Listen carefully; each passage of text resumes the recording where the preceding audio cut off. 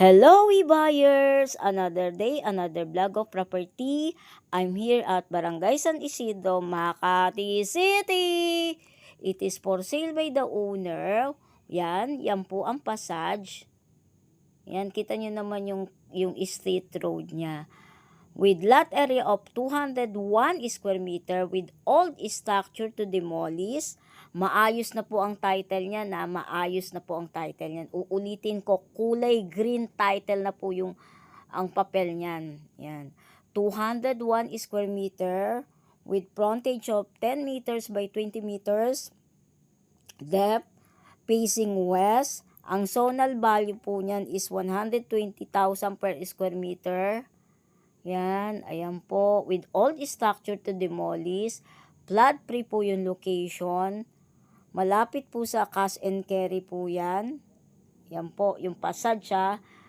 201 square meter ang lot area. Barangay San Isidro, Makati City. Ayan po, oh. Kita nyo naman, maganda yung location. Malapit po sa National Highway yan, ha. Ayan. Halos corner lot na ng isang National Road. Yan. Ayan po, National Road na po yan. 8 minutes away from LRT Hilpuyat Station, 14 minutes away from Naiya, 18 minutes away from Ayala, Makati, 20 minutes away from MOA. Makipag-ugnayan po sa akin sa pag-viewing.